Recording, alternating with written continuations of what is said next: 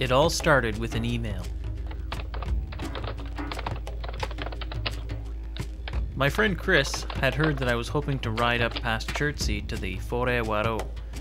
I'd been up there in 2001 with my buddy and fellow KLR rider Henrik. It was our first real off-roading experience. The ink was still wet on Henrik's motorcycle license. We spent 2 days there, found some interesting trails, and learned a bit about riding. I was going back to make sure that the green meanies had not taken the place over and banned the dreaded internal combustion engine.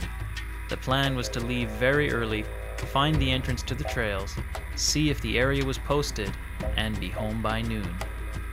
We decided to meet at Tim Hortons at 6:30 Saturday morning.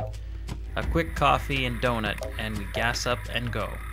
The revised forecast for the day is for record temperatures in the city of around 28 degrees Celsius. Pretty nice for April 3rd.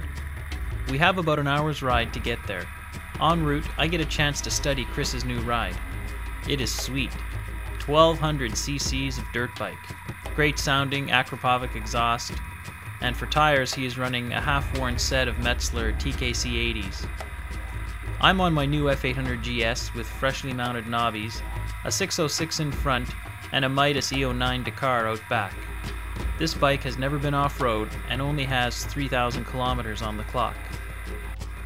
We take Highway 15 to the 440 East, which then becomes the 25 North, and eventually we turn off on the 125. As we ride north, the temperatures keep dropping. I noticed that despite the recent balmy temperatures in Montreal, here there is still plenty of snow in the woods. It hits 1 degree Celsius. We turn right to Chertsey and roll 7 kilometers, cross the Oureau River Bridge, turn left, go about another 7 kilometers, and finally we are in the Oureau forest. The main road is decent, with occasional patches of snow and ice. We go in the B entrance and so far see no signs making us outlaws. Some folks are camping and then the path becomes solid snow. It was here we had our first meeting. I only noticed it once I played back the footage, but here you see my shadow, then Chris pulls up. We chat, then the shrug. The shrug is when it really started.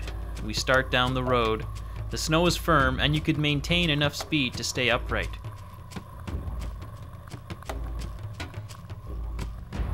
Sometimes it helped to use one leg as an outrigger and let your boot ski along.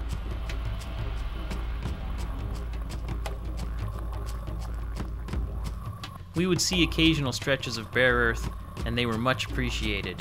Both feet up on the pegs and no ice was nice for a change. We continued like this for some time. Sometimes you would need a push. Sometimes you would fall down. As we get deeper and deeper, we can see on the GPS that we are now paralleling a real road about 2 or 3 kilometers to our left. We are not all that excited about going back and are optimistic that this trail will dump us out on the main road eventually. We come across a side trail and it appears to have less snow.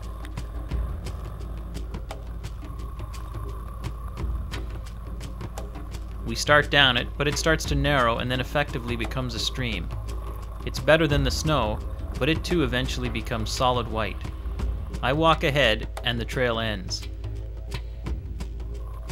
We backtrack to the original trail and continue in the same direction. Some sections are worse than others, but after every tough section would be some tantalizing open dirt. At this point, I'm working up a good sweat. All this lifting and pushing is wearing me out. After one particularly tough section, a trail splits off to the left. Things are looking up. The GPS shows the main road only 1.2 kilometers away in that direction.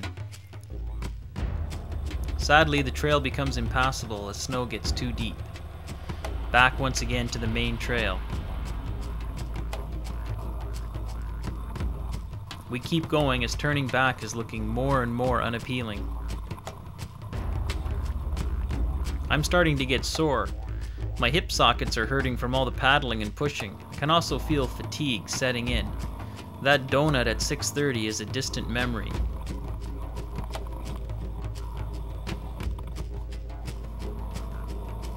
We come to a spot where we can see a long stretch of snow with no dirt in sight. The trail appears to eventually break left, so we proceed. Halfway down the straightaway is a stream crossing. I can see that on the left the water's actually a couple of feet deep. I'm not super excited about falling into an icy bath, so I proceed slowly. The trail does turn left, but starts to go uphill and the snow is deeper. At this point, my wife phones. "Where are you? The kids are sick. You said you'd be home by noon." Luckily, there is no footage of this part of the ordeal since my GoPro has run out of batteries. To keep the story moving, I'll put in some of the footage I didn't use earlier and repeat a few shots so that you're not stuck just listening to my voice. Chris and I have another meeting. We both realize that if we somehow get the bikes up that hill, we will be spent. I certainly won't have the energy to go back the way we came after that. We are also now out of water. To top things off, Chris's bike now has the low fuel warning on and has refused to start on a couple of occasions. I decide to air down my rear tire, and when we check Chris's rear, his TKC only has 10 psi. We're not sure if this is a slow leak or a full-blown flat. Decision time. Luckily, my buddy Moto Joe is home. I text him my location, and he's going to look it up on Google Maps and call me back.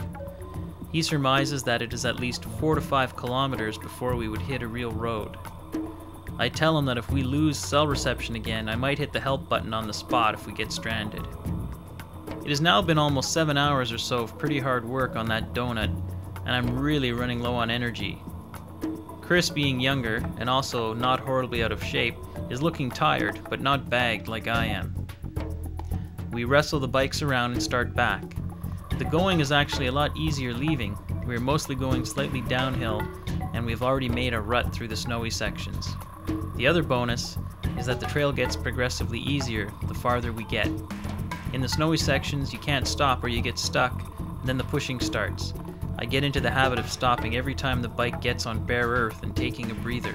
It takes us only a little over 2 hours to do the 9 kilometers to get out to the road.